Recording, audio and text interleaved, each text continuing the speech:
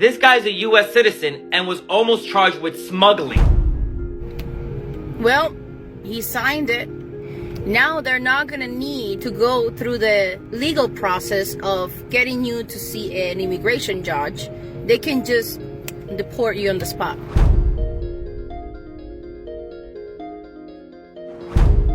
Undocumented farm workers are not showing up in the Central Valley in California and in Florida.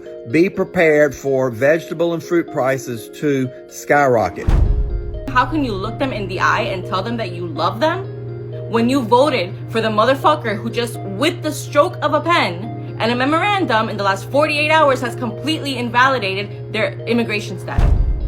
He said that that's what he was going to do, and he's doing it. The mass deportations, ending birthright citizenship. Can you say adios? Hello, senor. Today we are diving into the world of Latinos for Trump, who are now facing the consequences of their votes. As the reality of their choices sets in, many are experiencing regret and disillusionment. Let's explore. And yeah, one more thing. Subscribe, otherwise Uncle Trump will haunt in your dream. So we have more information on one of the people who was picked up during the immigration raids in Bakersfield. This guy's a U.S. citizen and was almost charged with smuggling. 44-year-old and father of four, Ernesto Campos has lived in the U.S. for 30 years and became a citizen over a decade ago. He was driving to work when an unmarked car turned its patrol lights on.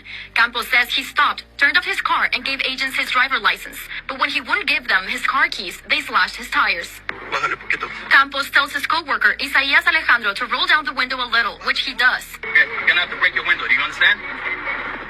That's your fault. You're gonna have to break the window if you do not open it. The agent then demands the door be opened and the passenger, Alejandro, to step out of the car to be detained.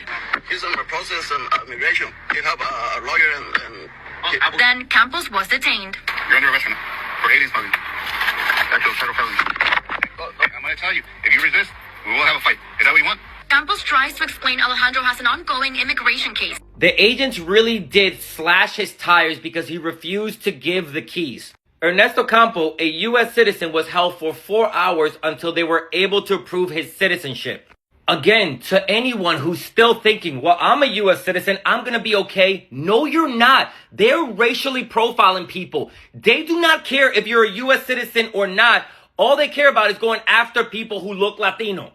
And this is also being done by fellow people of color. This is why we're saying not all skin folk are kinfolk. How are we going to be able to fight white supremacy when we have so many people in our community who align themselves with white supremacy thinking they're going to be safe? When they're done coming after all the immigrants, who do you think they're going to come after next? Who do you think they're denaturalizing next? While Ernesto was able to get out, this has seriously affected his business because now his fellow employees are not showing up to work. This is horrible. You have migrants who are just going to work being picked up, U.S. citizens being picked up, all being done by fellow people of color. I've been on this app fighting about white supremacy and how we all need to stop trying to get closer to white supremacy.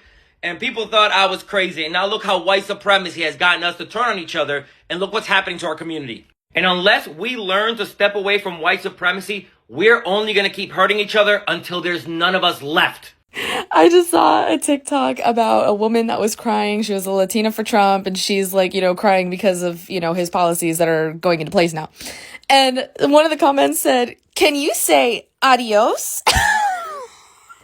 Breaking news, undocumented farm workers are not showing up in the Central Valley in California and in Florida. Be prepared for vegetable and fruit prices to skyrocket. Thank you, Donald Trump. Now, remember how Donald Trump promised in his campaign that grocery prices were too high. Grocery, the word grocery, on and on and on about grocery. Remember that? You go back and look at all these ads. He said day one, first day in the White House, that he would do his part to lower grocery prices. What has Donald Trump done to lower grocery prices? Where is the legislation? Where is a bill? Where is an act? Where is something he's done? The only thing Donald Trump has done by his mass deportation plans is cause the undocumented farm workers that are 50 to 70% of the workers on the farms in California and Florida, which is where your fresh fruit and vegetables will come from, have caused them not to show up for work. So be ready. You need to be going to the store. You better be buying up fresh fruit and vegetables, frozen fruit and vegetables, because those prices are going to skyrocket. Now, I know how you all complained and Trump beat up on Biden. Oh, how it was so bad. Prices were so bad. It's all Biden's fault. It's going to be somebody's fault in the White House, all right. The reason prices are going to skyrocket is because there's going to be no workers to harvest and grow the crops and pick the crops. So be prepared, be ready. It's all in the local news. It's showing up. And I'm here in Florida, South Florida. They're not showing up, and they're not showing up in California. So be prepared. It's coming. MAGA F around. You're going to find out, and everybody else is going to pay the price for your burned out light bulbs. I have to be careful what I say. So TikTok doesn't like me saying certain things. Love to hear from my Democrats and my MAGAs and my crazies, my cuckoos, and my burned out light bulbs. Be ready for those food prices in the grocery store to skyrocket. And also gas. What the hell's been up with it? It's up too. Price of eggs is up even higher. Thank you, Donald Trump. You are such a great leader. You're definitely going to make America great again and make America first, right? You sure are. We're going to be the number one in the highest food prices in the world. Thank you for that honor. I really appreciate that. Don't y'all think that's great? In another life, this may have been different.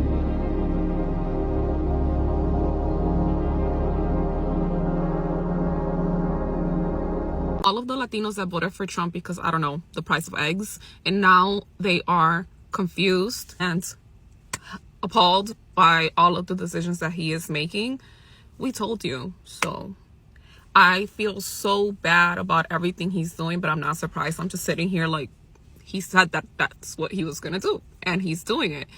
The mass deportations, ending birthright citizenship. I got so many people came after me like, he can't do that. Oh, no, he'll find a way. He did. He sure did.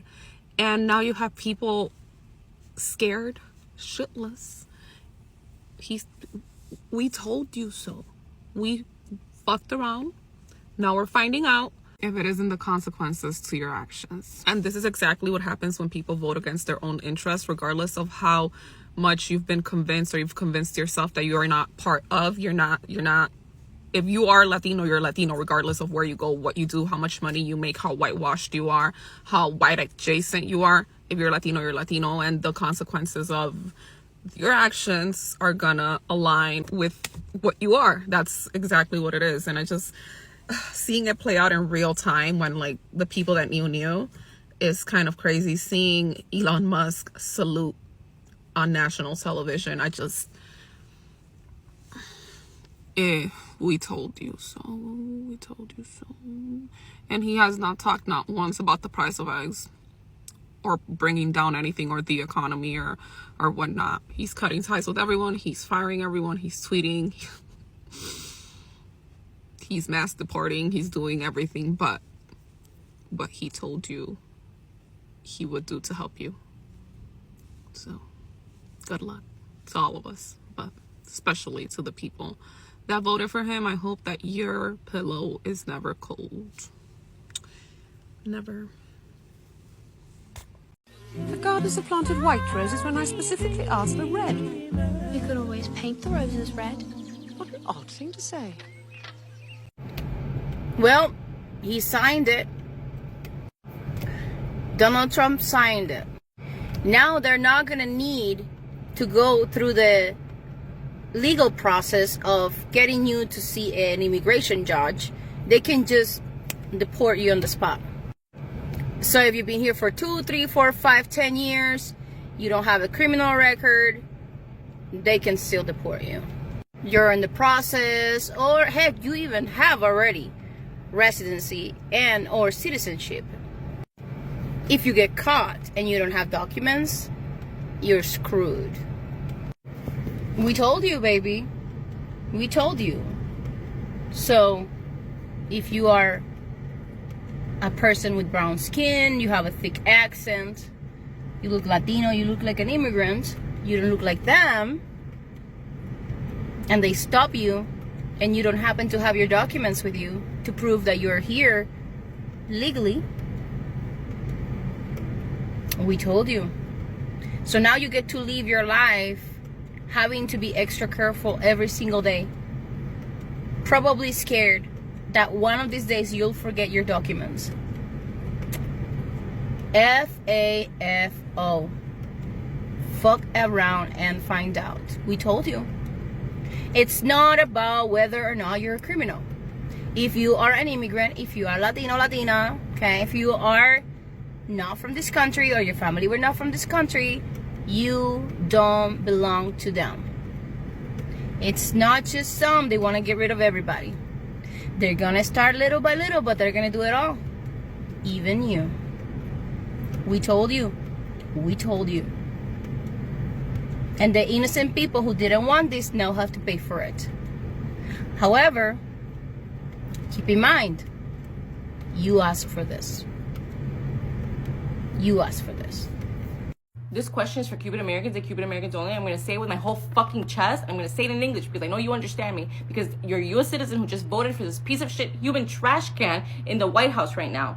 How can you look your family members in the eye? You know, the family members that you just brought over from Cuba, that you just helped bring over here in the last 2 years with Biden's CBP-1 program. How can you look them in the eye and tell them that you love them when you voted for the motherfucker who just, with the stroke of a pen and a memorandum in the last 48 hours, has completely invalidated their immigration status? How can you look them in the eye and tell them that you love them when their humanitarian parole may no longer be valid? When their I-94, you know, the legal visitation process that they went through to come to the U.S. to change their status after they're here for a year, that immigration process, that legal immigration process, how can you look them in the eye and tell them that you love them when you are the reason they no longer have immigration status in this country? No, because people need to get here the right way. First of all, I'm not even going to talk about how the fuck you got here, but your family members did get here the right way, did they not? Because they came in through the CBP-1 program, a Biden-era program that was put together by his administration in the last couple of years for specific countries so that they could come here the right way, so that they could come to the border and enter the United States legally. And I can talk about that program because I have family members who have also used that program to get here. They make an appointment with the CBP-1 app. They wait patiently for an appointment because sometimes it has taken 2 months, 3 months, 4, 5, 6 months to get an appointment. They go to their appointment at the U.S. border. They speak with a CBP officer. They get an interview and interrogated by a CBP officer who then determines if they get approved or not to come into the United States legally. And yes, before the trolls come for me, they can still adjust their status. They can still apply for a green card after 1 year. But in the meantime, I have zero hope that this is going to change anybody's mind in that community because I'm from Miami. I know y'all. I grew up with all of you. But I hope that you are fucking scared. I hope that you're angry. I hope that people like Maria Elvira Salazar are fucking shitting bricks and doing everything in their power to change this because she helped bring upon this fucking problem in the first place. She helped shape the fucking white supremacy that's the Miami Cuban American community. I hope that your minds are changing just a little bit and that you're starting to question your choices because we fucking told you so. You might be white in skin color, but in this country, you are a fucking other. You are not American to them.